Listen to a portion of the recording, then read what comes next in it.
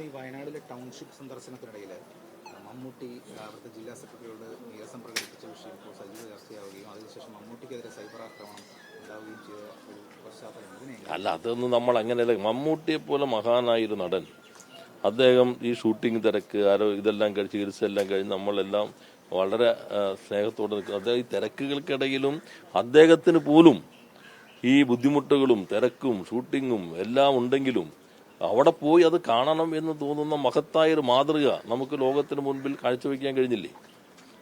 അതല്ലേ പ്രധാനം. അദ്ദേഹം പെരുമ്പടം പാലത്തെക്കുറിച്ച് എത്ര മനോഹരമായിട്ടാണ് അദ്ദേഹം പറഞ്ഞിട്ടുള്ളത്. അദ്ദേഹം ചെമ്പ് നിവാസിയായിരുന്നല്ലോ. ആ പഴയകാല ഓർമ്മകൾ അയവിറക്കിക്കൊണ്ട് ഇന്നത്തെ മാറ്റം ചേർത്ത് പിടിക്കൽ, എന്താണ് വികസനം, അത് അദ്ദേഹം പറഞ്ഞ വാക്കുകൾ അങ്ങേയറ്റം പ്രസക്തമാണ്. അല്ല, അതെല്ലാം ചില ആളുകൾ, ഞാൻ പറഞ്ഞപ്പോൾ ഇതിലൊന്നും ചില ആളുകൾ എന്തെങ്കിലും പ്രതികരണം നടത്തി, അതൊന്നും അല്ലല്ലോ. ഇവിടെ നാം കാണേണ്ടത് എന്താ, അദ്ദേഹത്തെ പോലൊരാൾ നടത്തി ഇതിന്റെ മികവ്, അത് ഈ പദ്ധതിയെ അംഗീകരിക്കൽ ലോകത്തിന് മുൻപിൽ അദ്ദേഹം അവിടെ പോയതോടുകൂടി കുറെ കൂടി വിസിബിലിറ്റി ആ പദ്ധതിക്ക് വന്നിരിക്കുന്നു.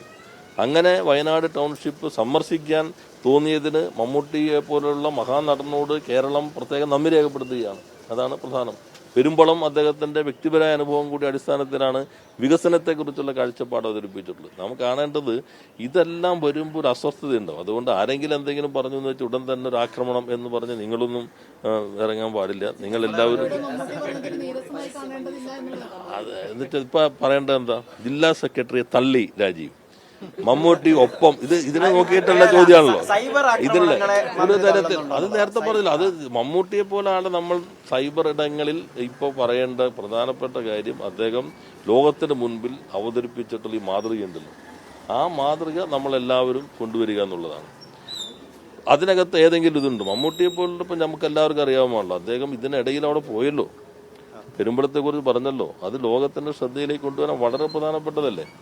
അപ്പൊ അതിലേക്ക് നിങ്ങൾ അത്തരം കാര്യങ്ങൾ നന്നായി ജനങ്ങളുടെ മുൻപിലേക്ക് എത്തിക്കാനായിട്ട് ശ്രമിക്കുക. എറണാകുളത്തെ CPM-ന്റെ സ്ഥാനാർത്ഥി ചർച്ചകൾക്കിടയിൽ തർക്കമുണ്ടെന്നൊക്കെ പറഞ്ഞ് വാർത്തകൾ വരുന്നുണ്ട്. അതിൽ നിങ്ങൾ അങ്ങനെ വല്ല വെള്ളം വച്ചിട്ടുണ്ടെങ്കിൽ അതങ്ങ് വാങ്ങി വെച്ച് ഇത് എത്ര കേട്ട. ഇപ്പോ ഞങ്ങൾ കനകേലുവിന്റെ പുതിയ സിദ്ധാന്തം വന്നിരിക്കുന്നത്, അത് നിങ്ങൾ ശ്രദ്ധിച്ചിട്ടുണ്ടോന്നറിയില്ല. ഇപ്പൊ നിങ്ങൾക്ക് ആർക്കെങ്കിലും ഉത്കണ്ഠ ഉണ്ടായോ? തെലങ്കാനയിൽ നടക്കുന്നതിനെ കുറിച്ച് ആലോചിച്ചിട്ട് കേരളത്തിലെ ജനങ്ങൾ കുറക്കില്ലല്ലോ. എത്ര ദിവസം തെലങ്കാന പരസ്യം വരുന്നത്? നേരത്തെ രാജസ്ഥാൻ മാത്രമായിരുന്നു. ഇപ്പൊ രാജസ്ഥാൻ ഭരണം ഇല്ലാത്തതുകൊണ്ടില്ല. നിങ്ങൾക്ക് ഓർമ്മയുണ്ടാവല്ലോ, രാജസ്ഥാനിൽ എന്നും രാജസ്ഥാൻ മാത്രം. തെലങ്കാനയിലെ ഗവൺമെന്റിന്റെ അവിടുത്തെ പ്രതിപക്ഷം പറഞ്ഞല്ലോ, കേരളത്തിന് വേണ്ടി ഫണ്ട് ചെയ്യുകയാണ്. നിങ്ങൾ ട്വിറ്റർ പഴയ X ഒക്കെ നോക്കുന്നുണ്ടാവുമല്ലോ, കേരളത്തിന് വേണ്ടി ഫണ്ട് ചെയ്തുകൊണ്ടിരിക്കുകയാണ്. ഇനി വരാൻ പോണല്ലോ. കാരണം ക്യാബിനറ്റ് റാങ്ക് കർണാടകയിലുള്ള ആളാണല്ലോ ഇവിടുത്തെ പ്രചരണത്തിന് ചുക്കാൻ പിടിക്കുന്നത്. അപ്പൊ കർണാടകയുടെ അദ്ദേഹം ബുദ്ധിപൂർവ്വമാണ്. ആദ്യം കർണാടകയിൽ വന്നാൽ ക്യാബിനറ്റ് റാങ്കുകാരന്റെ പ്രചരണത്തിന് വേണ്ടി കർണാടകയുടെ പണം ചെലവഴിക്കുന്നോ എന്ന് പെട്ടെന്ന് പകൽ വെളിച്ചം പോലെ പിടിക്കപ്പെടുമെന്നുള്ളത് കൊണ്ടാണ് കനകേലു ബുദ്ധിയിൽ താൻ ക്യാബിനറ്റ് റാങ്കുള്ള സ്റ്റേറ്റിന്റെ വേണ്ട, കോൺഗ്രസിന് അവശേഷിക്കുന്ന മറ്റൊരു സ്റ്റേറ്റിന്റെ ചെലവിലൂടെ നടന്നോട്ടെ എന്ന് കരുതിയിട്ട് ഇപ്പൊ പരസ്യം കൊടുക്കുന്നത്. യഥാർത്ഥത്തിൽ തെലങ്കാനയിൽ ഇപ്പൊ വേറെ ചെന്നൈയിലൊക്കെ ആണെങ്കിൽ പിന്നെയും തമിഴ്നാട് കൊടുക്കാൻ നമ്മൾ ചേർന്നെന്ന് കരുതാം. ഇത് തെലങ്കാനക്കാരിവിടെ ആകെ അസ്വസ്ഥമായിട്ടിരിക്കുകയാണ്. തെലങ്കാനയിൽ എന്ത് നടക്കുമെന്ന് അറിയിക്കാൻ ഇത്രയും പണം കോടികൾ ഒരു എങ്ങനെയാണ് പത്രങ്ങൾക്കും ചാനലുകൾക്കും കൊടുക്കുന്നത്? അപ്പൊ അതാണ് നമ്മൾ ചിന്തിക്കേണ്ട ഭാഗം. അവനെക്കുറിച്ച് രോഷം കണ്ടില്ലല്ലോ. തെലങ്കാനയിലെ ജനങ്ങളുടെ പണം ഇവിടെ കേരളത്തിന് ആളുകൾക്ക് വേണ്ടി പരസ്യത്തിന് ചെലവഴിക്കുമ്പോൾ അധികാര ദുർവിനിയോഗമെന്ന് പ്രതിപക്ഷ നേതാവിന്റെ പ്രസ്താവനയിൽ നിങ്ങളൊന്നും ചോദിക്കാത്തെന്താ? നിങ്ങൾ ചോദിക്കണ്ടേ? അത് പറയുമ്പോൾ ഈ പണം എവിടെ നിന്നാണ് വരണത്? അത് രാഹുൽ ഗാന്ധി കൊടുക്കുന്നതാണോ എന്ന് ചോദിക്കണ്ടേ?